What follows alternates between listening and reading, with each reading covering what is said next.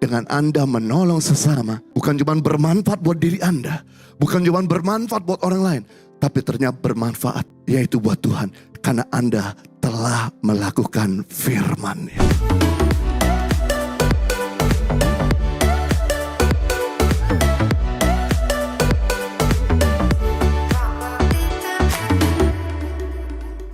Ternyata yang menarik, apa yang dikatakan Tuhan Yesus, lebih berbahagia melayani daripada layani, lebih berbahagia memberi daripada diberi. Anak-anak mahasiswa Oregon, Amerika Serikat meneliti perkataan Tuhan Yesus. Apakah benar bahwa memberi itu lebih berbahagia daripada memberi?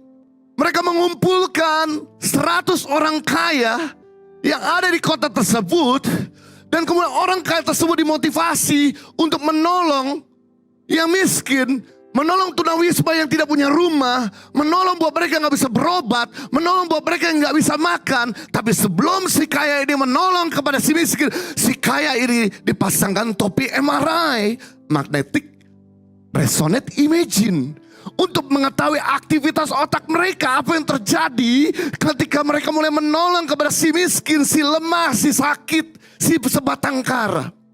Yang menarik, ketika si kaya mulai memperhatikan, mulai memberi makanan, mulai memberi tempat tinggal, mulai memberi pengobatan, mulai memberi sedekah, mulai menghibur sebatang kara, maka sel-sel yang mati di otak orang kaya itu tercipta regeneration cell, sel yang baru.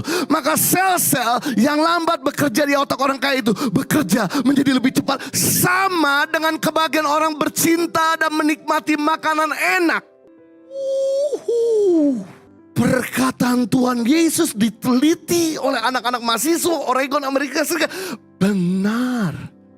Memberi, melayani, mengasihi, mengampuni. Kebahagiaan yang sama dengan orang bercinta dan menikmati makanan enak. Dan ini manfaatnya. Amsal 17 ayat 22. Hati yang gembira adalah obat yang manjur. Hati yang gembira bukan didapatkan dari ekstasi, obat-obatan terlarang.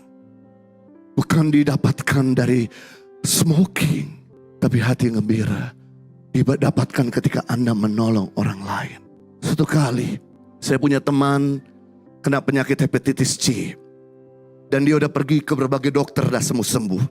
Suatu kali dia dapat informasi dari temannya bahwa ada obat dari Amerika yang paling manjur untuk hepatitis C. Dan dia beli obat itu, satu pil harganya 1 juta.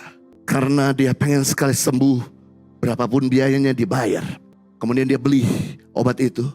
Dia coba minum selama 3 bulan. 6 bulan tidak sembuh-sembuh. Sampai kemudian ada seorang teman berkata, mungkin kamu masih menyimpan dengki dan pahit. Coba kamu lepaskan pengampunan. Kamu lepaskan maaf sama orang-orang yang melukai hatimu. Dan dia mulai putuskan untuk mulai mengampuni walaupun berat. Dan ketika dia mulai mengampuni, hatinya gembira.